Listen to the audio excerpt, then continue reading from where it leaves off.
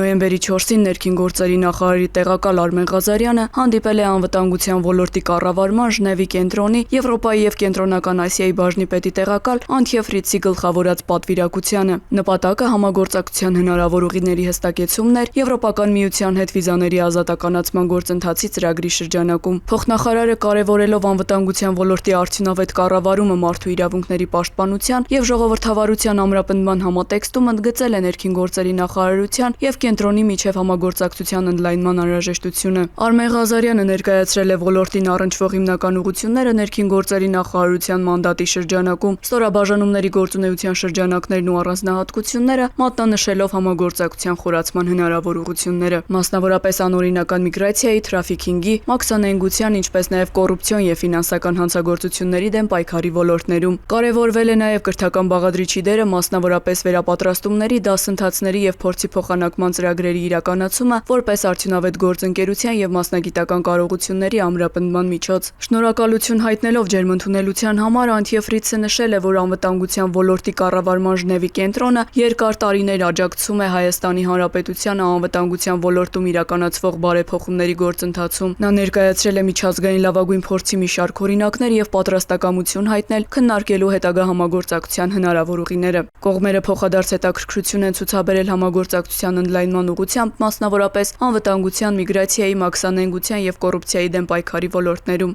Պայմանավորվածություն է ձեռք բերվել առաջիկայում մանրամասն ուսումնասիրել վիզաների ազատականացման գործողությունների ծրագիրը եւ մշակել համատեղ հայեցակարգային առաջարկ համագործակցության հստակ ուղղությունները սահմանելու նպատակով։